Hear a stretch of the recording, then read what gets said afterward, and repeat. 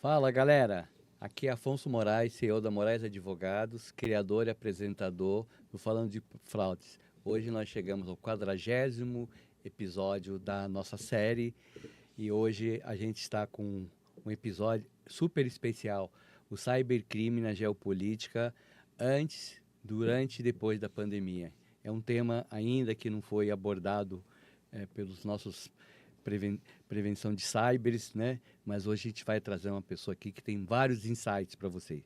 Mas antes de apresentar o nosso convidado, nós temos duas mensagens. A primeira é o nosso mantra, né? Se você ou sua empresa ainda não caíram numa fraude, com certeza conhece alguém que já caíram. E a segunda coisa é os nossos parceiros. Sem esses parceiros que nos patrocinam, esse programa não poderia acontecer. Primeiro, nossa equipe audiovisual de peso, a Pub Produções, que transforma um episódio em experiência para vocês. E se você quer destacar sua marca, G2 Brinde personalizados oferece tudo, canecas elegantes, tábuas para eternizar o momento da sua empresa. Agora, se você está falando em confiança, Moraes Advogados Associados, onde você tem um call center que faz recuperação de crédito e resolve seus problemas de crédito. A Casa Único, nossa patrocinadora, é uma plataforma unichannel que interliga seus clientes nas melhores experiências. Antes de apresentar nosso convidado, vamos agradecer quem fez o podcast e vamos dar um presente para ele, para eternizar esse momento que ele esteve no Falando de Fraudes. Muito obrigado, Afonso. Obrigado por você estar vindo ao nosso estúdio. Muito obrigado, para mim é uma honra. Sempre estarei aqui, quando vocês chamarem. Hoje temos o prazer de receber no Falando de Fraudes, diretamente do Rio de Janeiro, o nosso Dr. Paulo Fernando Viana da Silva. É melhor que eu apresentá-lo, já é um costume nosso, deixar o convidado se apresentar, ele se gabar todos os predicados deles, que são muitos, né? Então, doutor Paulo, se apresente aí, diga alguma coisa quem você é, ou diga várias coisas quem você é, Paulo. Tá ótimo. Obrigado pelo convite, me sinto muito honrado de estar aqui. Meu nome é Paulo Viana, sou advogado, atuo na advocacia há 17 anos. No período pré-pandêmico eu me especializei na fraude financeira, fiz alguns cursos de inteligência, investigação e acabei me especializando nisso e descobrindo uma vocação assim muito grande. Eu sei que você trabalha nisso também, a gente gosta muito, né? A gente pega alguns casos que são cabeludos e a gente consegue desatar o nó e conseguir recuperar esses ativos. É muito bom quando a gente faz uma coisa que gosta, né? Tem um amor pelaquilo, a gente acaba desempenhando um papel maior e se empenhando, né? Eu realmente gosto de estudar e ajudar as pessoas, ajudar as empresas, trazer um pouco de conhecimento, né? Isso. Não é minha principal atividade, mas eu espero até que um dia seja, né? Hoje ainda sou advogado, tenho um call center, né? Mas a gente um dia pode esperar. Mas você fez algumas especializações muito estratégicas, né? Isso. Você fez... Eu fiz pós-graduação em Segurança da Informação, Gestão de Dados e Governança. Fiz liderança na ICEMI, fiz Política e Estratégia na ADESG, tudo Rio de Janeiro. Escola Superior de Guerra, Escola Naval. Mais o quê? Eu sou vice-presidente do Instituto de Defesa Cibernética. Isso é muito importante. Nós já tivemos aqui o secretário, Luciano, que está nos bastidores, né, sempre acompanhando o vice-presidente, né? Com certeza. E esses predicados são muito, muito interessantes. E você hoje, ali na prevenção, você faz uma parte muito importante que poucas cybers fazem hoje, né? Que é o digital forense, né? Além da investigação que você já veio, você se especializou no digital forense, não é isso? Isso, porque a fraude, antigamente, ela se dava muito no papel, né? Assim, assinatura falsa, algo desse tipo. Documental, né? Documental no papel. E hoje a fraude é toda digital, praticamente, assim, migrou, né? Ela migrou para o mundo da internet. Então, se você não tiver uma expertise especializada e uma expertise muito, muito técnica, até na colheita de provas, se preocupando com a cadeia de custódia, se preocupando em isso não ser invalidado mais tarde nos tribunais superiores. Não pode poluir as provas. Isso. E os tribunais hoje estão, por incrível que pareça, anulando investigações assim, inteiras de policiais mesmo, Polícia Civil, Polícia Federal, justamente que não tiveram cuidado da cadeia de custódia das provas. Inclusive, você tem uma empresa hoje que faz cibersegurança. Isso mesmo, é a Além da Saicarius. advocacia, tem essa atividade, essa empresa, Isso, além do Instituto, né? De fato, sou advogado, empresário, vice-presidente do Instituto de Defesa Cibernética. Dizer que o Luciano faz um grande trabalho, está aqui nos honrando, a gente deve muito a ele. E a minha empresa, a Saicarius, né, na qual eu sou cofundador junto com meu sócio Richard, ela faz toda a cibersegurança, né? Então, e forense também, a gente tem toda a expertise de colheita de provas, de fazer relatório com assinatura de um perito, por exemplo, para fins judiciais, que é o meu sócio que assina. E a gente abriu alguns leques também de investigação e a gente vende soluções para governo. A gente conseguiu algumas parcerias com tecnologia de israelenses, que são as melhores nesse sentido. E a gente está conseguindo assim entrar no mercado de maneira fantástica, tem uma aderência muito grande, porque ninguém nunca viu isso, né? Assim, principalmente no Brasil. O crime organizado, né? Isso. Então a gente agora a sociedade está se organizando digitalmente, né? Total. Eu sempre falei, já voltando no nosso tema lá, que a pandemia nós demos um salto de 10 anos. Exatamente. Tudo que aconteceu em 2020 e depois 2021 deveria acontecer em tipo 2030, né? Isso. Então o salto foi muito grande em todos os sentidos, tanto para o consumidor, que está muito mais digitalizado, para as empresas, né? Isso. E as empresas, tem algumas empresas, inclusive essa semana eu escrevi um artigo sobre o agronegócio. As empresas de agronegócio cresceram aí 80%, 90%, comprando maquinário mais moderno possível, e nenhuma delas, até pouquíssimas, tem além de um TI.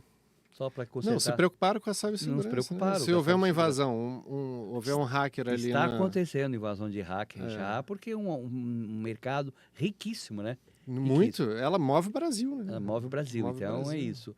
E os países que combatem o cybercrime, como é que eles estavam antes da pandemia? Como é que estava antes desse salto, não só no Brasil, né? Sim. Mas em todo o mundo? Como é que eles estavam de cuidar da prevenção, inclusive até de recursos de Harvard, recursos físicos? Como é que eles estavam?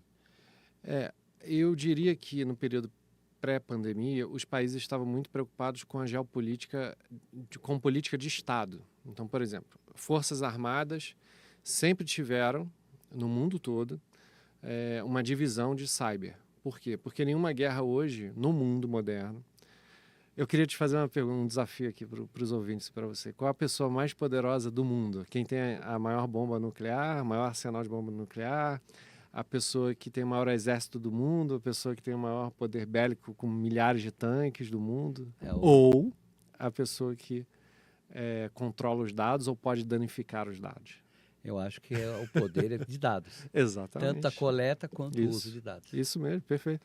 Então, o poder ele se deslocou desde a Segunda Guerra Mundial, que as pessoas respeitavam quem tinha um arsenal nuclear maior, poder de destruição, maior exército, para hoje a pessoa que controla a maior quantidade de dados ou tem o poder de destruir esses dados e controlar esses dados. Então, a geopolítica ela mudou, a dinâmica do poder mudou.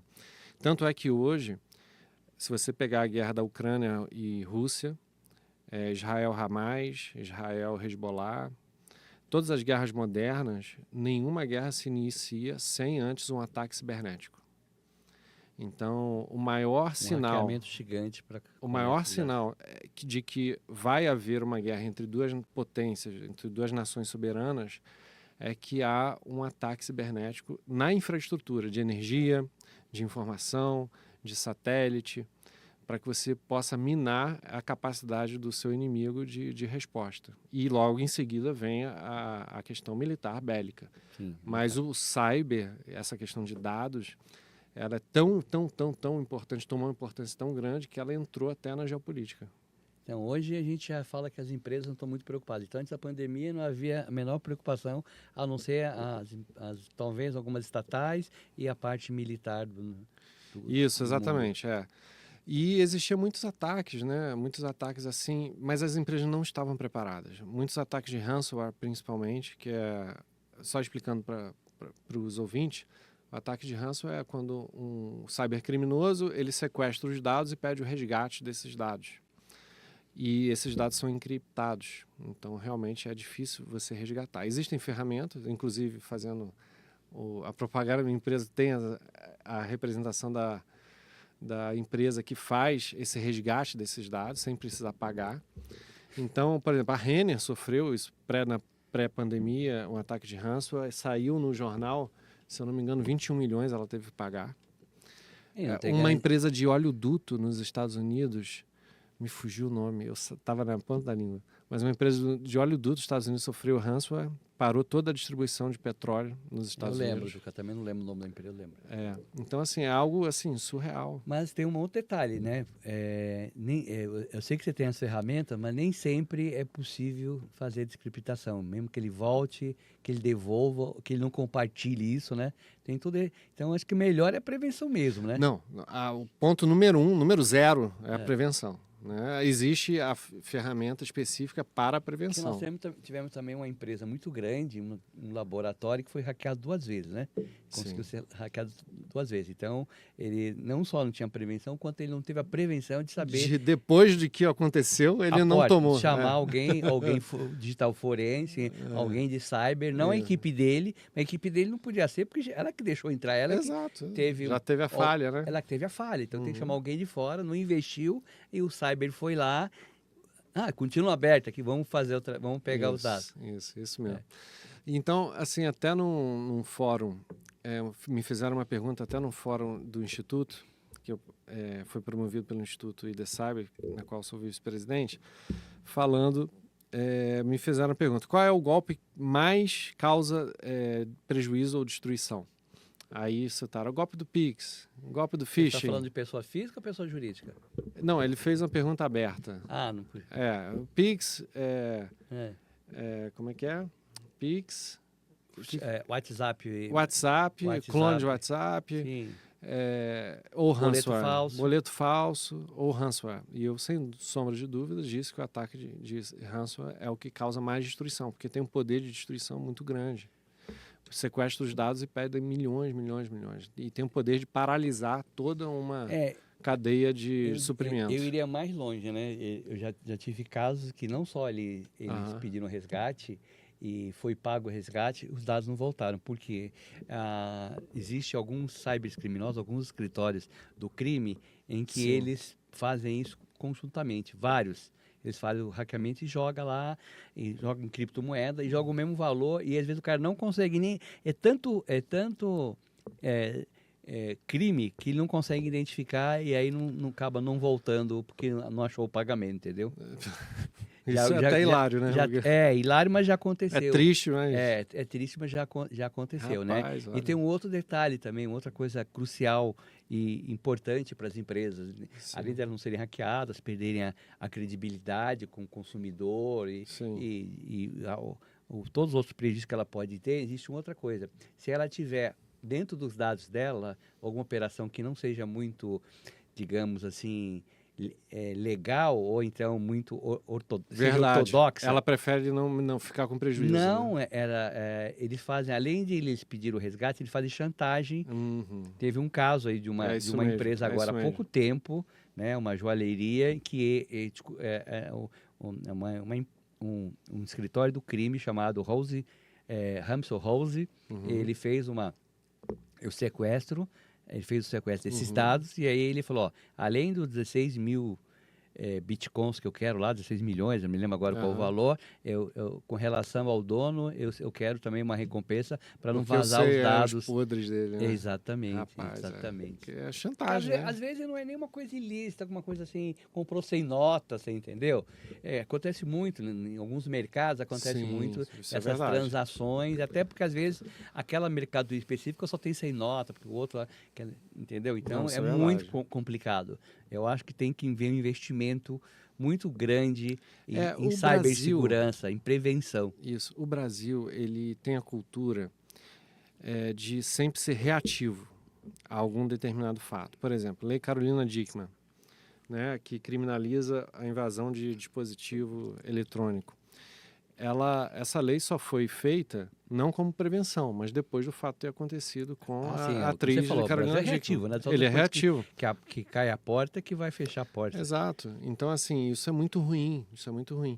E também me perguntaram, mas o que a gente pode fazer para prevenção, educação, conscientização? Sim, é exatamente isso. Só que nós somos deficitários de tanta educação, do mais básico, quanto que dirá de uma educação tecnológica de cibersegurança. Então já estão falando disso, colocar nas escolas, colocar nas escolas. Eu acho fundamental, mas Não, mas assim, a gente só fica já fugindo um pouco do tema, mas a gente só fica no oba-oba do governo fazer. O governo fez o Conselho de Cibersegurança? Fez. E daí? O que aconteceu? Cadê a normatização? Toda lei, a gente como advogado sabe, a lei está no espaço. Para você trazer ela para a terra, você precisa normatizar. Exato. Olha, vai ter essa punição assim, isso. Exato, cadê? Exato. Não, perfeito. Realmente leva esse toque para o seu instituto aí para que o governo, forçar o governo a normatizar essa lei e regulamentar isso. Inclusive, um dos motivos de criar um Instituto de Defesa Cibernética é aglutinar os melhores profissionais de defesa cibernética para que criem protocolos e normatizem esse mundo cibernético, porque é cada um fazendo o que nós não podemos quer, só esperar entendeu? que o governo faça pela gente. Eu acho que a sociedade civil tem que se mexer. O trabalho de vocês é fundamental. O Instituto de vocês é fundamental, como tem outros institutos aí que também tem uma qualidade imperativa muito boa. Né? E tudo isso somando, você faz uma cultura e o Luciano até gosta de falar, você democratiza a cultura cibernética, né? Você vai conscientizando as pessoas. E uma outra coisa, agora puxando para o nosso podcast, é que você tem que compartilhar informação. O objetivo do Falando de Fraude é compartilhar informação, trazer os melhores para a mesa aqui. É pena que eu não posso fazer uma mesa redonda, eu gostaria muito de fazer uma discussão, porque é compartilhando informações que vai sair daqui, cada um vai ter uma visão diferente no seu trabalho e ajudar no seu trabalho e a sociedade de maneira geral, né? Não tenho dúvida. Então houve uma aceleração com a pandemia. Concordo plenamente. Então, aí durante a pandemia, com essa aceleração, foi em virtude da digitalização. O que ocorreu? Que as empresas privadas e os consumidores começaram a perceber, quando ninguém sai na rua, não tinha mais assalto a banco, nem a joalheria. Isso que eu vou te falar. A dinâmica até do crime, assim como a dinâmica do poder, da geopolítica, da guerra e da estratégia mudou e também foi para o ciberespaço, o crime também foi. Eu não diria que a sociedade foi, mas em primeiro lugar o crime foi, porque ao invés de o assaltante assaltar um banco fisicamente, bater carteira, esse tipo de coisa, ele achou muito mais fácil e é muito mais seguro você realizar esses crimes por meio da internet. Você viu que a saída de banco acabou, né? Exato, é isso aí. Teve alguma saída? Você corre risco de ser preso, tomar tiro, é muito de ser agredido. Agora, você de um computador na sala, no ar-condicionado, você tem o mesmo efeito, que é subtrair o dinheiro ainda. De pijama no ar-condicionado, tomando suco, você pode ficar milionário, entendeu? Então, assim, o risco é reduzido. Então, a criminalidade, ela percebeu nitidamente a oportunidade, né? A oportunidade faz o ladrão. Todos em casa, ninguém saindo, lockdown, todo mundo conectado na internet.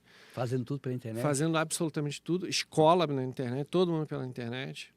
E os cybercriminosos viram essa grande oportunidade e fizeram milhares de golpes. Um dos golpes que, inclusive, eles fizeram foi de golpe de phishing, né? Eles roubaram os dados da seguinte forma: foi o aplicativo do governo, o gov.br, todo mundo vacina obrigatória, tinha que tomar a vacina e registrar no passaporte. Você acredita que eles fizeram um aplicativo Gov, tudo certinho, tudo perfeito, a pessoa ia preencher o CPF, endereço, todas as informações, e 500 mil pessoas caíram nesse golpe do aplicativo do governo falso. Então, só para você ver que o objetivo era subtrair a maior quantidade de dados possíveis dos cidadãos, para usar esses dados ou vender esses dados da maneira que eles acharem. Você vai na Dark Web e compra um pacote de Isso. credenciais que eles Exata, chamam, né? Isso, de credenciais, exatamente, de conteúdos vazados. É exatamente isso aí. E uma outra questão da pandemia é que não só a pandemia mudou a criminalidade, como eu falei, o Brasil é reativo, o Congresso passou a normatizar e fazer algumas leis. Então, a lei da Carolina Dickmann passou a ser majorada a pena e acrescentada alguns parágrafos de majoração da pena. Outros crimes, por exemplo, como stalker, passaram... O Stalker é de 2022, de março de 2022. Nem existia. Passaram a ser normatizados. A lei do Stalker é maravilhosa, porque ela não precisa... ela evita que chegue até o feminicídio, normalmente, né? Porque ela já pode pedir a preventiva direto, não precisa esperar. Sim, né? sim. Existia pré-pandemia o Marco Civil da Internet, que foi muito importante, pré-pandemia a LGPD,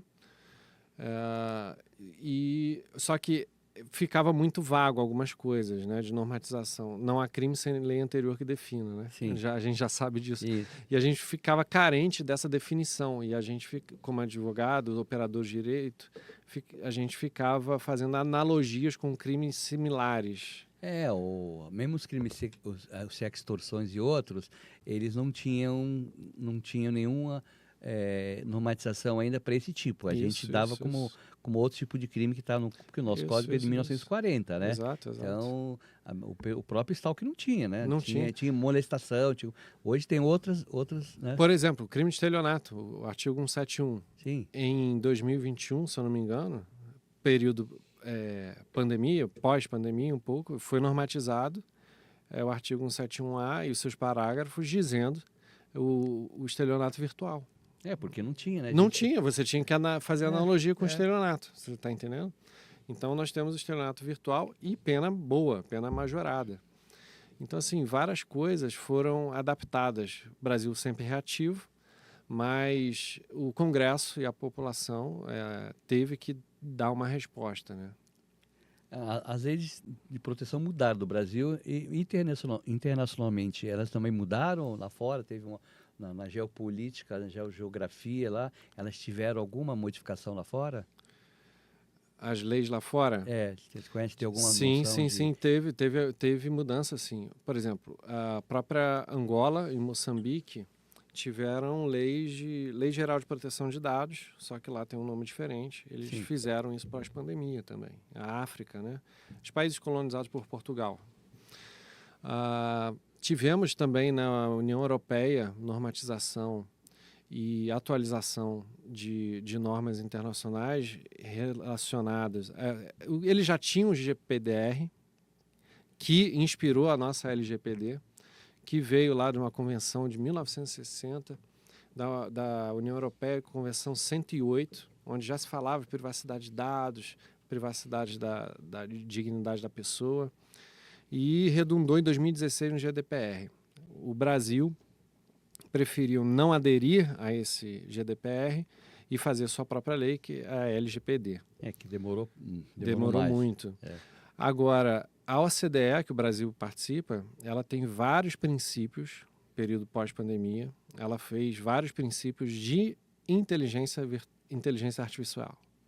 Então, ela fez princípios a serem seguidos éticos para que toda a nação pudesse respeitar aqueles princípios ao fazer ou criar uma inteligência artificial. E isso veio por um motivo. A inteligência artificial é uma grande ameaça, se ela não tiver certos parâmetros. Inclusive, teve um caso onde 2 inteligências artificiais elas foram criadas e elas criaram uma linguagem entre elas que ninguém sabia o que elas estavam conversando, e os cientistas resolveram, então, desligar o computador e destruir na marretada as máquinas, porque elas poderiam... Isso é coisa recente. Sim, é coisa recente. Porque a inteligência artificial existe há mais de 30 anos. Só se popularizou agora em 2023 para 2024 pelo ChatGPT. Mas então, com essas modificações todas, pós-pandemia, já estamos na fase de pós-pandemia, Como é que está a interação entre os países para combater o cybercrime? Porque há essa diferença, né? A legislação europeia é mais avançada. Quando foi, acho que 2021, quando foi aquele caso da Inglaterra lá, já tinha uma legislação lá, porque das eleições que nos Estados Unidos, Sim. todo aquele vazamento de dados que houve, né? Há pouco tempo também teve na Irlanda, se não me falha a memória, também, ou na União Europeia, a Meta foi proibida de fazer algumas coisas, porque já tem uma legislação própria. E como é que ela convive entre essa legislação americana, brasileira, de uma maneira geral? Porque normalmente os golpes não são só aplicados por brasileiros, né? Vamos dizer que Não, a gente é o segundo país mais fraudado do mundo, Isso. mas os ataques vêm de fora. São sempre crimes transnacionais em algum momento, Exatamente. em algum momento da cadeia ali de ações ou atos preparatórios. Sempre vai ter um servidor lá fora, sempre vai ter um IP que não é pertencente ao Brasil. Então, sempre tem algum registro ou rastro internacionalmente. Então, esse conflito de aplicação da lei... Aí é que entra duas coisas, cooperação internacional e cooperação jurídica internacional. E isso funciona. Por exemplo, o servidor está na Rússia, mas o crime está acontecendo no Brasil, igual o caso que a gente estava conversando nos bastidores. Como é que vai se combater esse crime? Nossa própria legislação LGPD, ela permite a troca de dados entre esses países, tá? Então, é uma questão administrativa apenas. Pode-se solicitar essa troca de dados. Ou por meio do judiciário, ou de polícias, de órgãos investigatórios policiais. Aí já é uma cooperação mais burocrática, demora mais, mas isso também funciona. Existe, por exemplo, entre os países, na aplicação da pena, por exemplo, não adianta só a gente combater, mas saber que onde está, localizar o HD, o servidor, etc., está lá na Rússia e o crime foi cometido aqui. Então, a aplicação da pena teria que haver como existem essas convenções entre países, de um cumprir a pena do outro, a Interpol, mas isso, hoje, pelo meu conhecimento, no mundo digital não existe isso, e hoje está globalizado. Não, então, a gente às vezes o servidor bem. está na Rússia, o call center... Às vezes não, sempre. A pessoa física está no call center na Birmânia, mas o golpe é no Brasil. Eu vou te dar um exemplo de um caso que eu trabalhei. Por exemplo, eram russos, um israelense e um norueguês, que abriram offshores em paraísos fiscais. Paraísos fiscais têm classificação A, B e C. Paraíso fiscal de nível A é o paraíso fiscal onde tem alguma fiscalização e regulação muito boa. Por exemplo, Ilhas Virgens Britânicas são reguladas pelo parlamento britânico. Então, ali dificilmente vai ocorrer algo ilícito. Claro que pode ocorrer. O nível B é mais ou menos, né? Tem regulação, mas não tem. E o nível C é bagunça total. É o Dark Paraíso, é o paraíso negro. É o Dark Paraíso. Então, ali qualquer criminoso pode abrir uma empresa sem investigação, sem absolutamente nada. E eles abriram uma offshore no paraíso fiscal de São Vicente e Granadinhas e estabeleceram essa empresa e montaram um call center no Brasil, recrutando pessoas e um cabeça no Brasil para gerenciar todos os brasileiros. E esses brasileiros reportavam à organização internacional no exterior.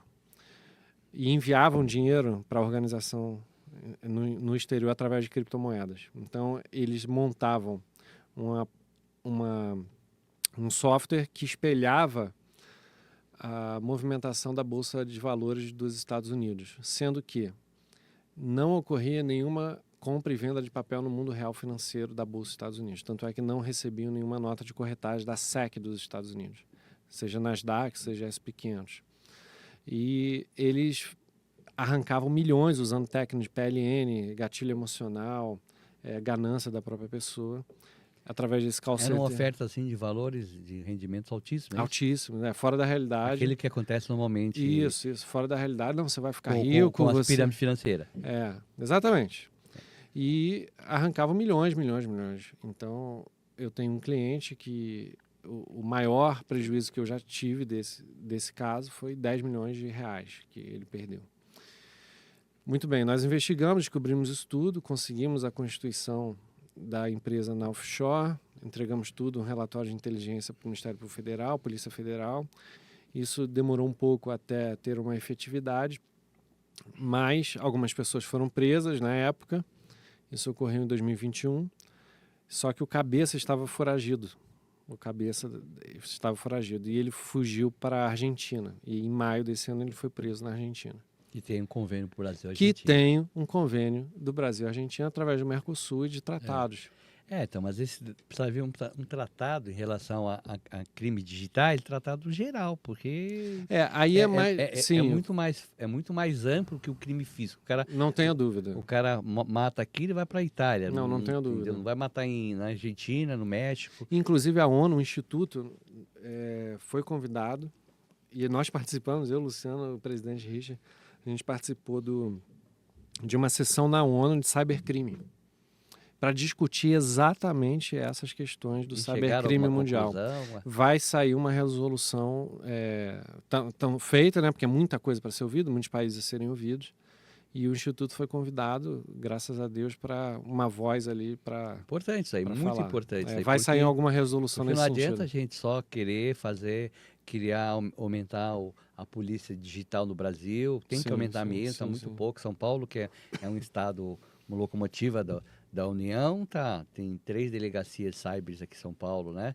Não é nada, né? São 20 milhões só em São Paulo, a cidade grande de São Paulo. O Rio, não sei como é que é a estrutura do Rio. Ele tem uma delegacia virtual de cybercrime. Que eu saiba, uma só, especializada na cidade da polícia. O Paraná tem um pouco mais, Paraná é evoluído, o Sul também um pouco mais evoluído, porque quando é assim, poucas delegacias, né, pouco atendimento, o consumidor não consegue. Normalmente é para a instituição que tem algum envolvimento de fraude maior, então ele consegue achar os crimes maiores, mas os crimes médios, pequenos, não resolve. Só que os crimes pequenos são em quantidade muito grande da população. Ganha na quantidade. Falso WhatsApp, falso emprego, a sextorção, são milhares, né? São call centers igual call centers normais, gente trabalhando lá e ganhando, né? Só voltando na pergunta, porque senão eu vou esquecer, perdão te interromper. Só voltando na pergunta, o que mudou no período pós-pandemia, e eu faço sempre esse questionamento quando eu dou uma palestra nesse sentido. Vocês acham, por exemplo, que até o crime ele mudou. Então é possível ter um homicídio virtual? Já parou para pensar nisso? É possível... Indução, né? O suicídio, né? Não só isso. Então eu não alcancei, me fala. Ou estupro virtual. Inclusive tem. Estupro virtual tem. Isso normatizado no Código Penal. Depois do período pós-pandêmico. Sim. Mas, por exemplo, vamos supor que exista um marca-passo. E esse marca-passo controla ali os batimentos cardíacos e emite sinais eletrônicos para um determinado controle que vai ler esses sinais. Bem, tudo que é eletrônico e emite sinais pode ser hackeado, invadido. Carro, por exemplo. Carro, a Tesla. Inclusive tem um filme fantástico que é O Mundo Depois de Nós, na Netflix, que eu recomendo a todos, onde existe um ataque cibernético mundial, principalmente nos Estados Unidos, e a internet cai. Então vem um transatlântico, invade a praia, avião cai. Eu vi esse filme. Esse filme é fantástico. O cara tá na praia e vem um barco. Vem um monte de carro Tesla e começa a bater. Eu sou ruim de nome de filme. Começa a bater. Então, a maioria dos carros, estão todos conectados. O meu carro está conectado. Meu carro, se roubar, ele é monitorado 24 horas. Então, se eles entrarem no sistema lá que monitora, eles vão pegar todos os carros e vão pegar os dados. Outra coisa, você se identifica pelo CPF. Então, aí, ó. Mais um dado que você deu ali. Quando você liga lá no botãozinho nele, a GM também, o da GM também, aquele MyCar lá da GM. Você deu o CPF, um forte abraço. Você já está vulnerável. E outra, por exemplo, me assustou muito ali, essa nova dinâmica, período pós-pandemia, o Android da Tesla, o Optimus, que o Elon Musk soltou. Não sei se você viu, é um Android controlado por inteligência artificial. Fantástico. E assim, me assustou muito, porque é tão fantástico que me assustou. Fantástico em que sentido? Ele conversa com você, ele raciocina, você fala, pega uma água, ele vai pegar, ele faz um drink para você, inclusive artificial. por inteligência artificial, só que ele é um generativa. Isso, só que ele é um Android de verdade, você tá Tá. entendendo? Então ele vai pegar as o coisas... sonho de robô. É isso. Ele vai pegar as coisas, ele é como se fosse um teu empregado. Sim. Só que isso tem uma consequência muito grande. Ele vai entrar nas casas das pessoas, vai fazer comida e tal, tudo bem, mas até que ponto isso é seguro? Até que ponto isso não pode ser hackeado, invadido para fins ilícitos, para um homicídio? Mas é o que você falou, entendeu? tem que criar uma legislação para controle disso aí. Até A OCDE fez esses princípios de inteligência não tinha, artificial. não criaram uma legislação para clonagem de animais, etc. Isso aí. Porque isso na aí. época que a Dolly foi feita lá, eu lembro. foi o maior 99, foi o maior auê aí, todo mundo queria saber, vamos clonar ser humano agora, vai ter um monte de gente parecida, tudo igual aí, né? E aí foi feita uma legislação. É a mesma coisa para a inteligência artificial. Isso aí eu sei que realmente a regulamentação é o que a gente está falando da lei, né? A regulamentação ela sempre vem depois, não vem antes. Não vem antes. E sempre aí reativo. Causa problemas, né? Causa os problemas. Muitos. Causa muito problema, mas eu acho que tem que realmente, não pode fazer isso aí, porque você está falando de vários equipamentos que tem no corpo humano, que pode ter o marca-passo. Existe um outro aparelho que você coloca também para controlar se você vai ter um infarto. O meu cunhado mora na Espanha e ele tem um desses aí que você implanta. E também é um controle pela internet também. Então. Está conectado o carro, isso. Hoje em dia estão conectando até geladeira, né? Isso, são os IoTs, né? Então. Isso é extremamente perigoso. Tem que ter uma defesa. Mas é muito importante fazer uma legislação para que isso aí tem um controle disso aí, não pode deixar essa porta aberta. Tem que ser regulado, porque cedo ou tarde, é questão de tempo, não é se vai, é questão de tempo para isso ser usado para o mal. Porque sempre o mal vai estar aí, sempre o crime organizado vai estar aí, as pessoas não querem trabalhar, ter o seu suor para ganhar seu dinheiro, que é da maneira mais fácil, como você falou, em casa, com ar-condicionado, né? Isso. Então, a regulamentação, elas são fragmentadas, como a gente falou, as legislações, mas uma hora, você já deu uma luz aí, que a ONU vai tentar criar uma regulamentação que seja mundial. Além dessa regulamentação, na minha opinião, é importante que tenha essa aplicação da pena aonde que ela cometeu o crime, não onde ela está. Porque não vai se essa parte de deportação é muito difícil. Aí no país, difícil. A maioria dos países não aceita deportar o seu nato, entendeu? Então, ele cometeu um crime, mesmo que o objeto do crime lá, a vítima, esteja no país, ele tem que cumprir a pena no país dele. Isso é bem complexo, porque são legislações... Mas dessa maneira é mais fácil. Se ele tiver que criar uma legislação mundial, não vai acontecer. Se tiver que deportar, não vai acontecer. Já basta que for preso e cumpra alguma coisa lá, ter alguma sanção, porque a pena ela tem que ser aplicada para corrigir. Então, se não houver correção, não adianta ter lei. Sem correção, não adianta ter lei. E a pena pode até ser leve, mas desde que ela seja aplicada e efetiva, né? Não, você pode aplicar um mês de pena. Agora, o cara ficar num processo 20 anos, para depois ter 10 anos de reclusão, ele já morreu, não adianta nada, né? Essa sua sugestão é muito boa, realmente, eu concordo. Eu acho que esse é o caminho, porque no futuro dos nossos filhos, eu tenho filha de 12 anos, o futuro vai ser muito problemático. Eu vejo um futuro aí bem problemático para quem tem filhos, para quem vai viver aí depois eles vão viver uma nova era. Anos, uma nova era. Já estão vivendo uma nova era de adaptação. Mas vai ser muito, muito mais revolucionário. Cada vez mais. A inteligência artificial vai mudar absolutamente tudo. Então a gente vai ter que... eu acho que a inteligência artificial é pior do que a revolução industrial, né? Não tenho dúvida. A revolução industrial ela não tinha tanto alcance, né? Sim. Um carro, a televisão. Não tenho dúvida. E a rapidez, né? A rapidez da inteligência artificial. Não tenho dúvida. A inteligência... Tem um filósofo francês, Pierre Lévy, ele deu aula na minha pós e ele fala o seguinte: nós estamos vivendo a era do algoritmo, a cultura algorítmica. Sim, concordo. Porque absolutamente toda a informação se transforma em algoritmo na nuvem, na internet. Entendeu? Então, nossos filhos vão viver essa era digital, era algoritma, de uma maneira muito mais intensa. Muito mais intensa. A gente no final aqui a gente fala, né? A gente fala aqui no podcast que informação é poder, né? muito poder. E hoje é o poder do algoritmo, né? Do algoritmo. Quem controla pode destruir dados. Exatamente, né? Conta um outro case aí de outro caso desse que você atuou aí, que tinha esse compartilhamento de, não sei se você lembra, um compartilhamento de mais que um lugar, ou mais que... Sempre ou tem, então no né? Brasil, que, por exemplo, que também tem... Até no Brasil, eu acho que é essa dicotomia aí de aplicação de pena, né? Se o cara estiver na Bahia, estiver aqui... Não que a pena seja diferente, nós somos um Estado federativo, mas a aplicação da investigação, né? Como você falou. Porque um Estado vai ser mais preparado que outro. Exatamente. Para se investigar e chegar a fundo. A né? Bahia é menos preparada que o Rio de Janeiro. O Rio de Janeiro é menos preparado que São Paulo. Isso. Que talvez o São Paulo é menos preparado que o Paraná, entendeu? Isso. Santa Catarina, às vezes, também eles estão evoluindo. Eu vou citar um caso assim interessante. É o abate do porco. Não sei se você já ouviu falar. Já ouvi falar. Abate do porco é o seguinte: é um golpe romântico, de romance, onde a pessoa conhece a outra pela internet, ali, aplicativo. É uma pessoa real, não é uma inteligência artificial, não é deepfake.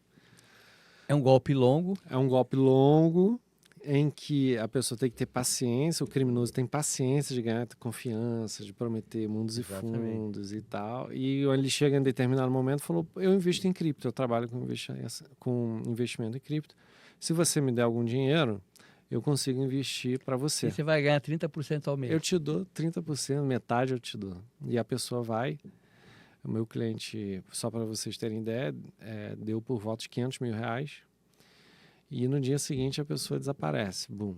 Então ela esperou o porco ficar gordo. Sim, através de confiança, com relacionamento. Para poder abater. E a gente chegou na investigação, chegamos à conclusão que se tratava de um asiático, porque a gente rastreou o envio da criptomoeda. Então, está constando Ásia, se eu não me engano, Hong Kong.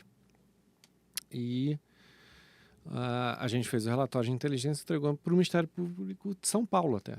Aqui no São Paulo isso está rolando ainda. Um outro caso, no Brasil, por exemplo, esse é o clássico, né? De pirâmide classicamente de criptomoeda, onde se promete mundos e fundos. Só que nunca a pessoa é a detentora da criptomoeda, né? Sempre ela dá a custódia e dá o dinheiro para a dita empresa controlar e gerenciar aquilo.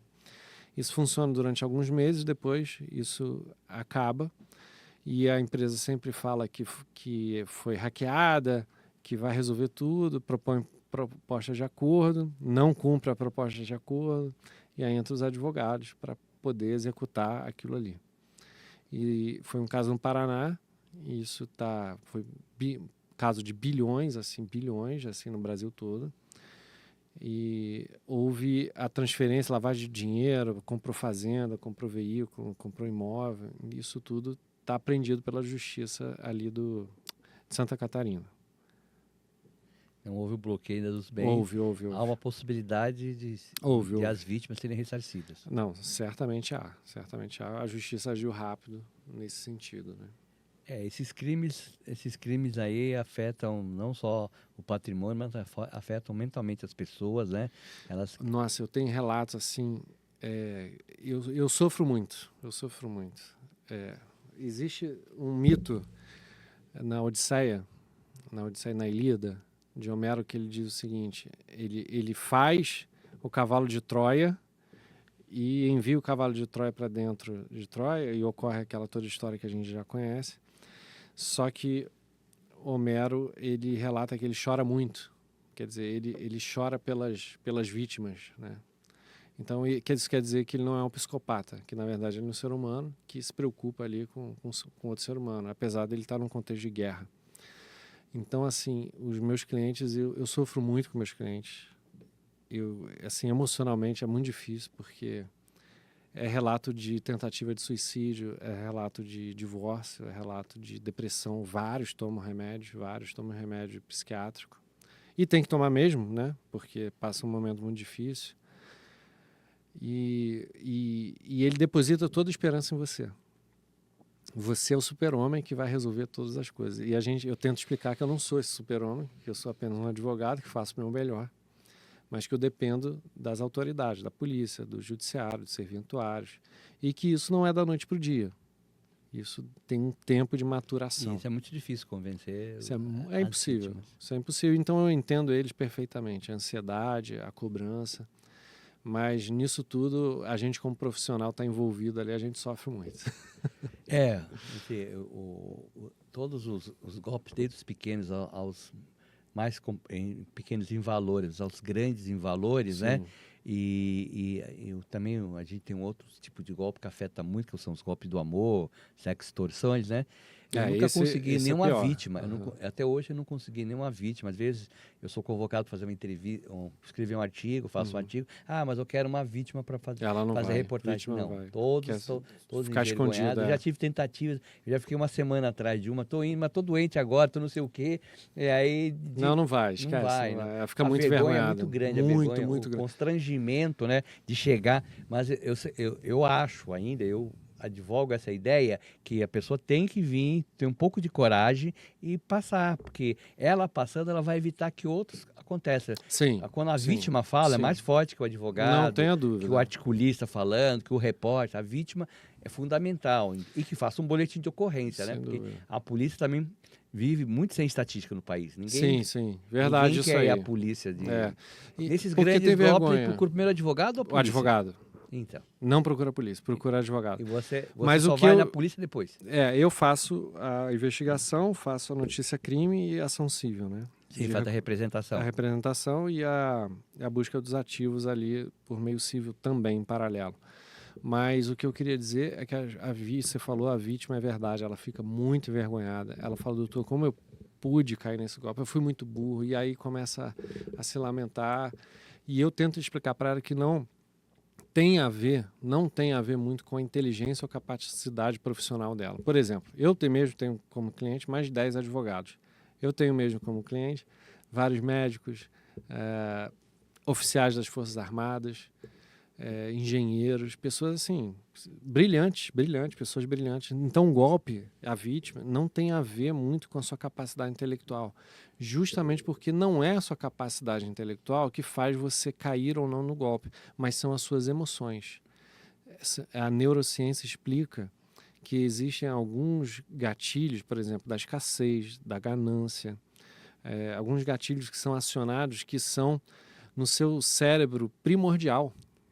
Seu cérebro reptiliano. Não pode esquecer um gatilho, a lei de Gerson no Brasil, que o Brasil gosta de levar vantagem. Isso. Esse gatilho é um gatilho que... A ganância, a própria ganância. Mas o brasileiro é diferente um pouco mais do que os outros países, as pessoas são tem um pouco mais de prevenção, e não é questão de cultura, é questão da pessoa ser assim mesmo, né? Sim, isso mesmo. Assim mesmo. Mas uma pergunta pessoal, você já caiu num golpe ou quase caiu?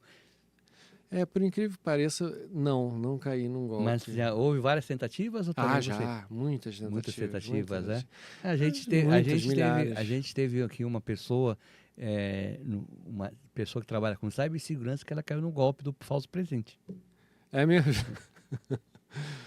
É mesmo. Mas isso que eu falo, não tem a ver com a capacidade intelectual. Exatamente. Ela é uma cibersegurança, trabalha com isso. Tem tem essa relação. Toda a tecnologia, tudo, e ela caiu. Tem a ver mais com neurociência, com emoção. Exatamente. Foi naquela hora, acertaram a flecha nela. Isso. Ela estava procurando, assim, rapidamente, ela estava procurando um presente para dar para um membro da equipe dela.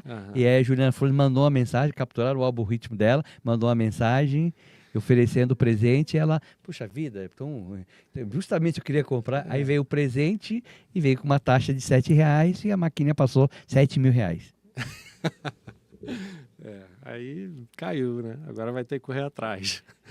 Mas eu já fui ameaçado de morte, justamente nesse meu trabalho, né? Eu chego a fundo da organização criminal, descubro que eles são... Você me contou isso aqui também, seu colega de cyber contou que ele... Tem toda uma prevenção com esse pessoal, que é um pessoal da pesada, né? Faz parte do trabalho você ser ameaçado e tal. Recebo inúmeras tentativas de golpe, seja por mídia social, SMS. A dica que eu dou é nunca clique em absolutamente nada. Confira primeiro. pelos seus próprios meios. Quais são as prevenções para empresas e para as pessoas físicas? O que você deixa de prevenção aqui? Você já viu aqueles filmes onde o policial, o detetive, assim, ele tá num caso e ele fala, não, é isso. E aí, de repente, o parceiro dele fala assim, mas como é que você sabe? Não, eu tenho um instinto de detetive que é isso. Então, a gente treinado, a gente já sabe mais ou menos como funciona a questão. Então, a gente consegue sentir o cheiro de longe, se é ou não é. Mas a dica é o seguinte, nunca clique em absolutamente nada. Nunca clique em nenhum link enviado. Nenhum link enviado você clique. Suspeite sempre de promessas irreais em que você vai ter um lucro muito grande, fora da realidade. Não esqueça, nós estamos na Black Friday. Ou Black Fraud. Isso, Black Fraud. E eu diria para se educar, para ver vídeos no YouTube, ler livros nesse sentido de como funciona esse universo. Porque a melhor prevenção é a educação. Assistiu falando de fraude, aqui você vai ter Ver vários insights, podcast aqui. Não tenha dúvida. Manda mensagem para mim se tiver alguma dúvida, a gente está à disposição também. Isso, o Paulo vai exatamente. deixar também o contato dele aqui, se tiver alguém que tiver algum problema claro. no setor dele aí de fraudes financeiras, ele está à disposição também. Sem dúvida E o nenhuma. Instituto para 2025, o que vai fazer de prevenção aí? Curso, pode dar um spoilerzinho rápido, porque está terminando o programa. Já está terminando? Já está Rapaz, terminando. voa, hein? Então, o Instituto 2025 a gente quer fazer um grande evento, um grande congresso. A gente já está conversando sobre isso.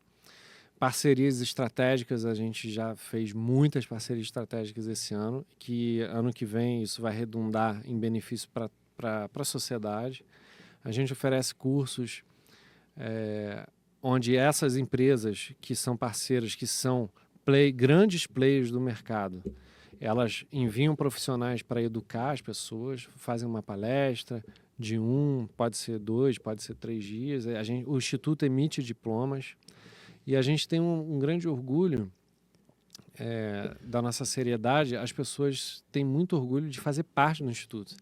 Então, quando elas são aceitas no Instituto, elas publicam a mídia social ali do Instituto. Olha, fiz parte, entrei para o Instituto de Defesa Cibernética. Isso nos causa um orgulho imenso, porque isso é um crédito, né? É um crédito, sinal de que elas confiam no Instituto, né? E como as pessoas podem participar do Instituto? Então, tem um link. Inclusive eu posso entrar no site, né, idcyber.org, esse é o site, né, tem lá o link. Como você se inscrever? Inscreva-se, está lá no inscreva-se, Isso. você vai preencher todos os seus dados e vai enviar, e a gente vai fazer, obviamente, um filtro, uma análise daquilo ali, e você alguém vai entrar em contato com você em algum determinado momento. Aí esses cursos são em São Paulo ou só no Rio de Janeiro? São online.